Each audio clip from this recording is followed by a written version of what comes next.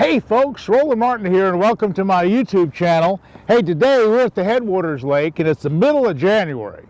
And you know, I tell people all the time that the most important thing about catching bass here in Florida is having the right water temperature. Well, it's been a cold front. And you notice I got all this clothes on because I got a long ways to run. I'm going to run about 10 or 15 miles. I'll take some of the clothes off, but at least I'm warm right now. Okay, air temperatures are in the low 60s. And look at the water temperature. That's the most important thing. Here's the water temperature right here. Okay, we're a little 62.4, 65. It's probably going to come up a little bit. This is early in the morning. It might get up to about 65 degrees, and that's kind of all right. But once it gets below 60, I've told you many times, the fishing's really, really tough here in Florida. As long as it's a rising water temperature, and it's supposed to be a little bit warmer this afternoon, hey, we're going to catch some fish. So I'm going to go ahead and run down this canal, get in some location. I'm going to try some swim jigs. I'm going to try some chatterbaits. I'm going to try some, maybe a spinnerbait or two. Hey, I doubt if they'll hit top water. Anyway, we're going to try to find some fish. Let's get started. And hook my kill switch up because it's always a good safety feature. Fished a lot of tournaments, a lot of things, and it's important to have a kill switch. Okay, let's get started. I got that new 4-stroke motor. You talking about something getting up on plane? Watch this. I mean, it's up on plane now. Look at that, just perfect. There's propeller in that 4-stroke engine. It has more torque and more low horsepower, low RPM horsepower.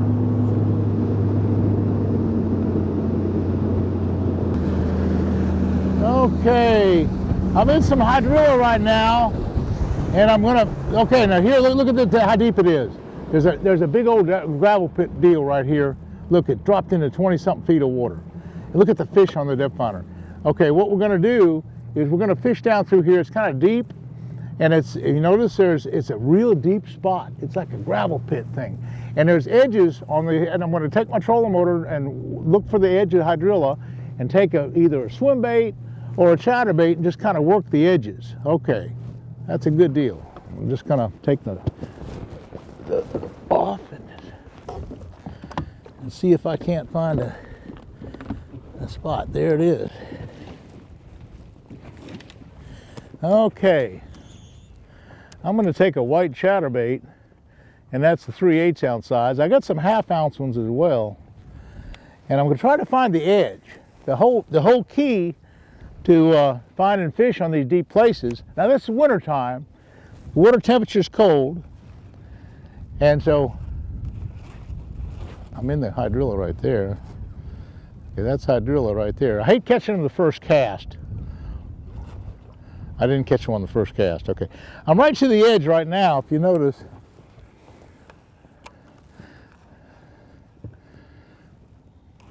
I see the hydrilla. You can see it sticking out of the water right here. And I'm gonna go right down this way. Try to stay right on the edge. Right on the edge of the channel. Just a slow roll. I'm using 30-pound braid right now. That's kind of good. To let it drift. The north wind blowing, and that's kind of a tough deal. And I'm just trying to just retrieve it slow and just tick the edge of the hydrilla just so slow, so slightly.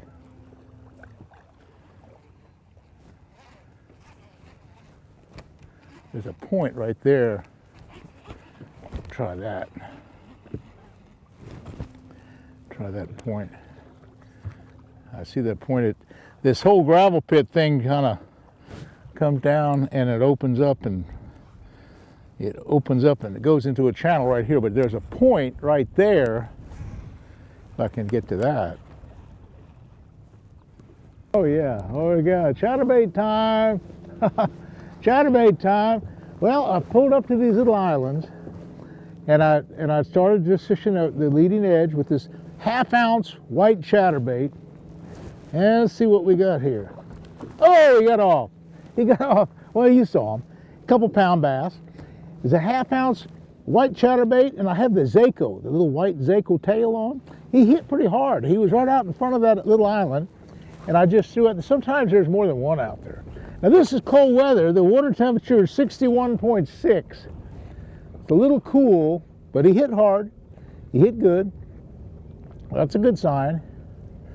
That's a good sign. We just started, and you know, we're trying to just, I've not been fishing lately. You know, the problem was I had my shoulder operation just recently, and that put me out of business now for a month. I haven't fished in a whole month for that. And then just before that, I had COVID for another whole month, and I was laid up on that deal. So I really haven't fished much. There's one. Oh yeah. Oh yeah. Oh yeah. Right in front of the boat. Yes, sir. Old chatterbait time. Chatterbait time. That was like the second or third cast I'd made in there. I've had a couple to bite. So there is somewhat of a bite going on a chatterbait. And a swim jig as well. That's a small fish, but hey, it's a start. That's a 1/2 ounce chatterbait with that Senkos trailer, and I'm running 30-pound braid. Okay? Now, put it right back there. I'll put my power pole down. Just kind of go slow and easy. Now, as the day progresses and as the water warms up just another degree or two, well, that would be a better bite.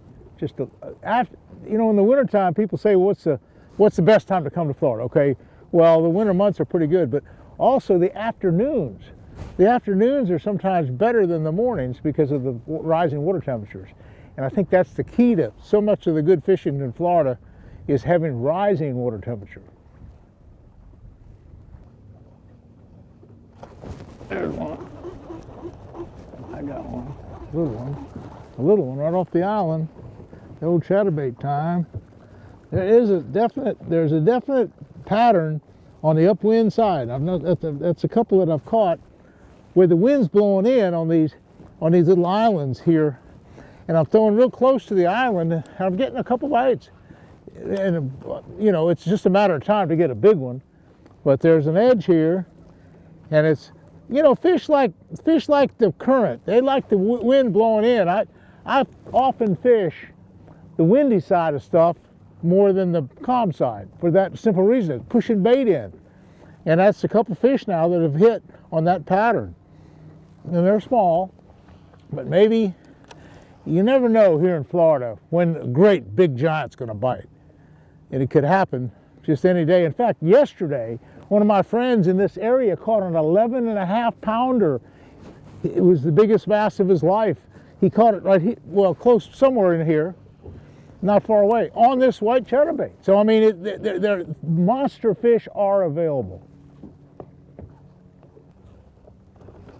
There's one, right on the side, right on the windy side. He isn't much of a fish, but you never know when a monster is going to come along. I'm telling you, there's some big ones in here. I've caught 10 pounders here. It is just a matter of time. It's just a matter of time.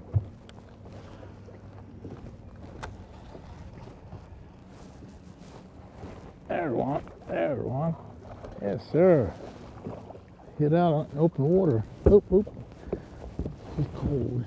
Cold bass. Cold bass. Nice and healthy, though. Nice and healthy. Okay. Chatterbait time. Chatterbait time.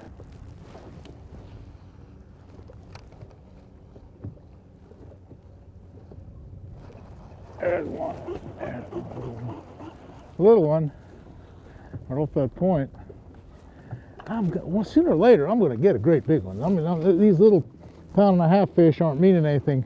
There's a lot of them, but I'm telling you, there's some big fish in here. They're just not catching them. They're just not biting. But they're here. Our worms.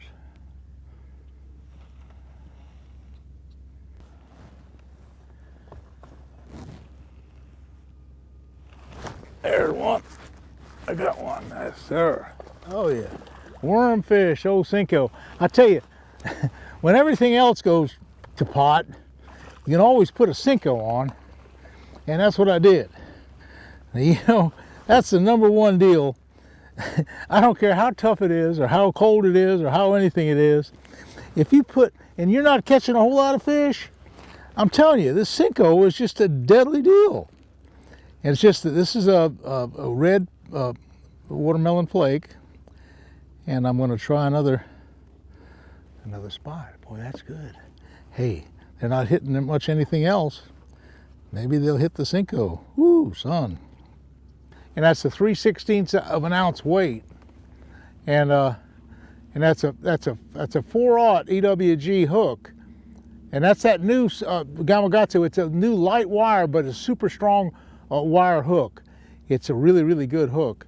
And of course, I got my favorite rod, and make a nice long cast and just fishing slow. And that's 2 strikes I've had right here.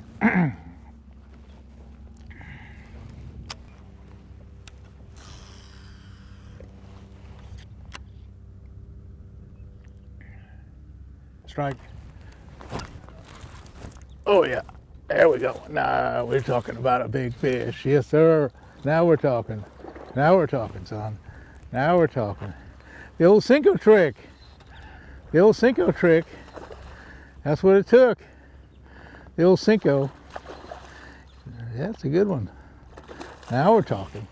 So we figured out something. We've got that deep canal area right there, and that's a nice big bass. Not monstrous, but decent. So I tell you, you know, we have caught a few fish today. It's not been the greatest thing in the world, but not bad. I had another one break my line, so that's not too bad. Big old 4 or 5 pounder, probably bigger than that. He's a good one. He's a good one. I let him take it a little bit too long, and he's got it down his throat. Anyway, folks, if you want to catch some beautiful bass, that's what you want to do. You want to try, you know, back up everything with a plastic worm. It's just a really good, solid way to go. Of course, the Chatterbait worked for a long time. It was a good way to go as well. But anyway, folks, hey, thanks for watching our YouTube. And this is the first day I've head back on the water for about a month or so. It's just great to catch a few fish. So, hey, thanks for watching. We'll see you again soon.